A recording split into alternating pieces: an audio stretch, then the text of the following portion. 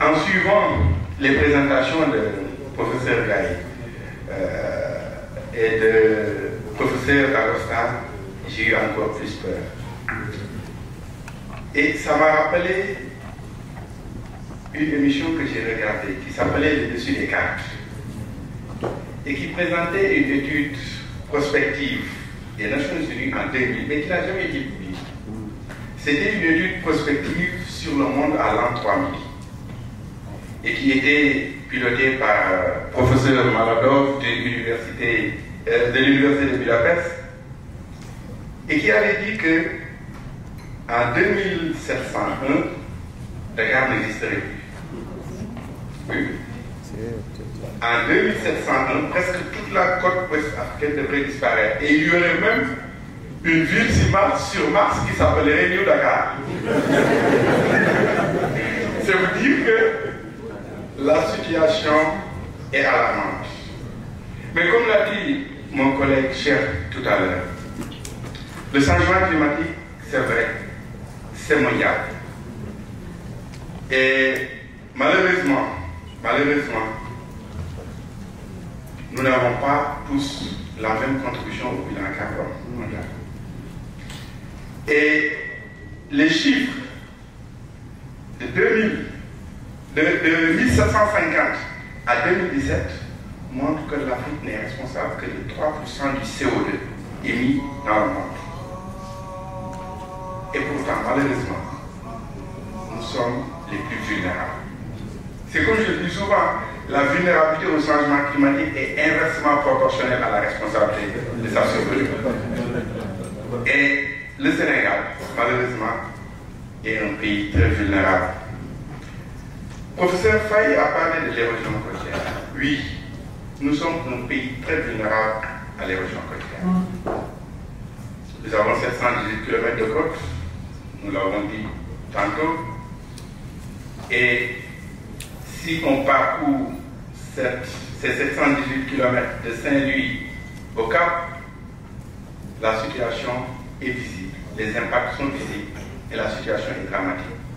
Moi j'ai eu affaire à Kafountine, j'étais très choqué parce que l'océan est en train de prendre une partie du quai de pêche, même des cimetières, des lieux de culte. Quand je suis reparti à Yamari, j'étais encore plus choqué. Parce que la bande de filao qui a été mise sur place dans les années 80 pour stopper un peu l'avancée de la mer, on se rend compte que la plage est devenue un cimetière de filao. Donc le mal est là et le constat est réel. Et c'est encore plus difficile que cette zone, je l'ai dit ce matin, c'est 52% de la population, 68% du PIB, avec des activités qui impactent sur l'économie sénégalaise. Vous avez le tourisme, mais vous avez également d'autres activités comme la pêche.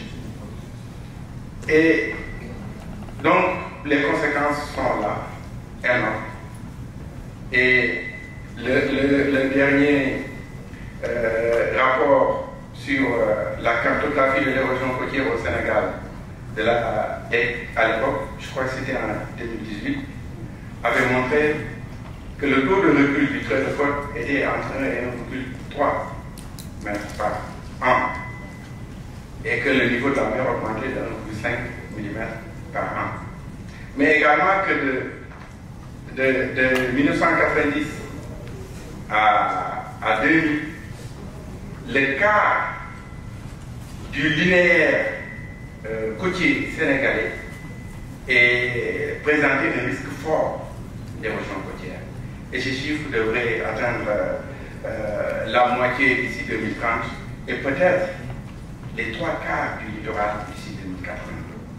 C'est vous dire que l'érosion côtière